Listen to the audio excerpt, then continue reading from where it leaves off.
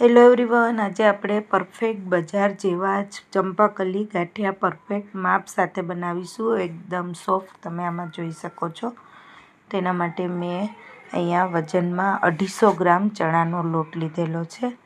તેને આપણે સરસ રીતે ચાળી લઈશું અને વાટકીના માપ પ્રમાણે મેં અહીંયા 2.5 વાટકી લોટ લીધેલો છે. ચણાનો મીડિયમ વાટકી હોય એવી આપણે લેવાની છે. એનાથી 250 ગ્રામ મેં અહીંયા લોટ લીધેલો છે ચણાનો. તેને સરસ મેં ચાળી લીધેલો છે.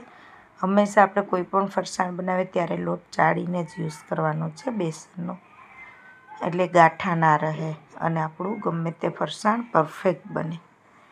ત્યાર પછી આપણે આ લોટની અંદર સ્વાદ પ્રમાણે, એટલે મેં અહીંયા 250 ગ્રામ લોટ સામે અડધી ચમચી નમક એડ કરેલું છે અને અજમો તમે તમારા ટેસ્ટ પ્રમાણે એડ કરી શકો છો. મેં અહીંયા અડધી ચમચી એડ કરેલો છે. આ રીતે આપણે લોટમાં સરસ મિક્સ કરી દેવાનો છે અને ત્યાર પછી આપણે એક બાઉલ લઈશું.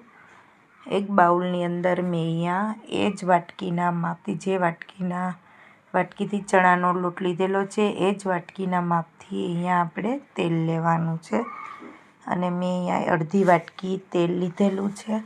સામે મેં અડધી વાટકી પાણી લીધેલું છે અને તેમાં આપણે અહીંયા ચમચીના ચોથા ભાગનો મેં અહીંયા ગાંઠિયાનો સોડા લીધેલો છે. તમારી પાસે ગાંઠિયાનો સોડા ના હોય તો આ જગ્યાએ તમે પાપડ ખાર આવે છે તે પણ લઈ શકો છો. એનાથી પરફેક્ટ સરસ ગાંઠિયા બને છે. આ રીતે સરસ આપણે થોડી વાર આ રીતે મિક્સ કરી દેવાનો છે, એટલે એકદમ આવું વ્હાઈટ પાણી રેડી થશે. અને ત્યાર પછી મેં હિંગનું પાણી કરેલું છે. અડધી ચમચી હિંગમાં 1 ચમચી પાણી એડ કરીને મેં એને મિક્સ કરી દીધેલું છે.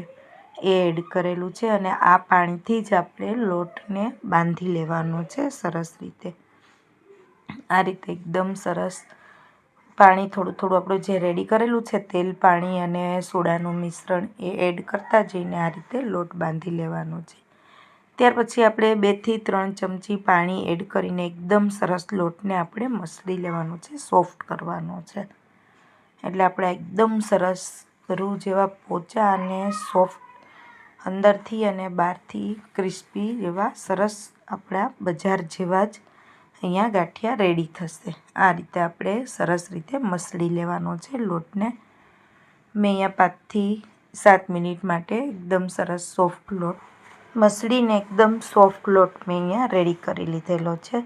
હવે આપણો આ ગાંઠિયા પાડવા માટેનો લોટ રેડી થઈ ગયો. ત્યાર પછી આપણે મેં એક કઢાઈમાં આપણે થોડું જાડું વાસણ લેવાનું છે, જેથી આપણે ઉપર જારો રાખશું એટલે આ વાસણ આપણું, જ્યારે આપણે ગાંઠિયા જારામાં પાડવા જઈએ એટલે વાસણ આપણું ખસી ના જાય, એટલા માટે આપણે થોડું જાડું વાસણ ગેસ ઉપર રાખવાનું છે અને એની ઉપર આ રીતે જારો ફિટ થઈ જાય તે રીતે આપણે એને જારો આપણે રાખી દેવાનો છે અને જારો થોડોક આપણે તેલવાળું કરી લેવાનો છે. તેલવાળો ગ્રીસ કરીને આપણો હાથ પાણીવાળો કરીને આ રીતે આપણે લોટને જારા ઉપર રાખીને આપણે શાંતિથી ગાંઠિયા પાડવાના છે, જેથી વાસણ ખસી ના જાય અને સરસ આપણા ગાંઠિયા બનશે.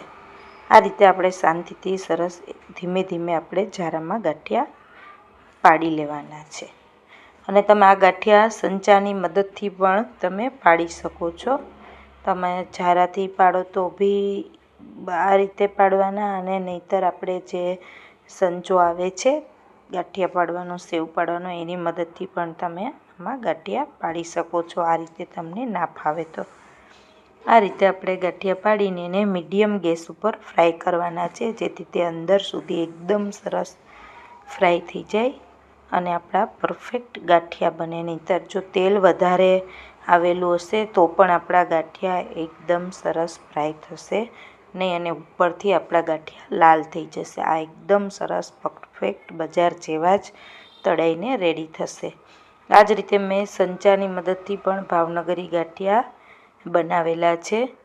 તમે આ રીતે ચંપાકલી ગાંઠિયા પણ આ સંચાની મદદથી બનાવી શકો છો. તમારે જારાની મદદથી ના ફાવે તો બંને રીતે ગાંઠિયા એકદમ પરફેક્ટ જ બનશે. અને આપણે આ ગાંઠિયાને ફ્રાય કરવા માટે મીડિયમ જ ગેસ રાખવાનો છે. મીડિયમ ગેસ ઉપર આપણે ફ્રાય કરીશું એટલે તેલ બી નહીં ચડે અને એકદમ પરફેક્ટ ગાંઠિયા બનીને આપણા રેડી થશે ફ્રેન્ડ્સ. તમે અહીંયા જોઈ શકો છો મેં આ મીડિયમ ગેસ ઉપર જ ફ્રાય કરેલા છે.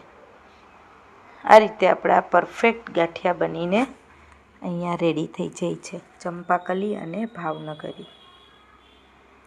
આ રેસીપી સારી લાગે તો ફ્રેન્ડ્સ મારી ચેનલને જરૂરથી લાઇક, સબસ્ક્રાઈબ અને શેર કરજો. અહીંયા આપણા મીડિયમ ગેસ ઉપર જ મેં આ ભાવનગરી ગાંઠિયાને પણ ફ્રાય કરેલા છે, એટલે એકદમ સરસ વ્હાઈટ જ રહેશે, સેજ ભી લાલ નહીં થાય અને આપણા પરફેક્ટ ગાંઠિયા બનીને રેડી થઈ જાય છે. તમે જોઈ શકો છો ફ્રેન્ડ્સ. આ રીતે મેં અહીંયા ભાવનગરી ગાંઠિયા અને ચંપાકલી ગાંઠિયા બનાવીને પરફેક્ટ માપ સાથે રેસીપી આપેલી છે ફ્રેન્ડ્સ. તમે અહીંયા જોઈ શકો છો. અહીંયા આપણા આ ગાંઠિયા બનીને બંને રેડી થઈ ગયા છે. તમે હવે સર્વ કરી શકો છો. એકદમ અંદરથી સોફ્ટ આપણા આ ગાંઠિયા બનીને રેડી થઈ ગયા છે.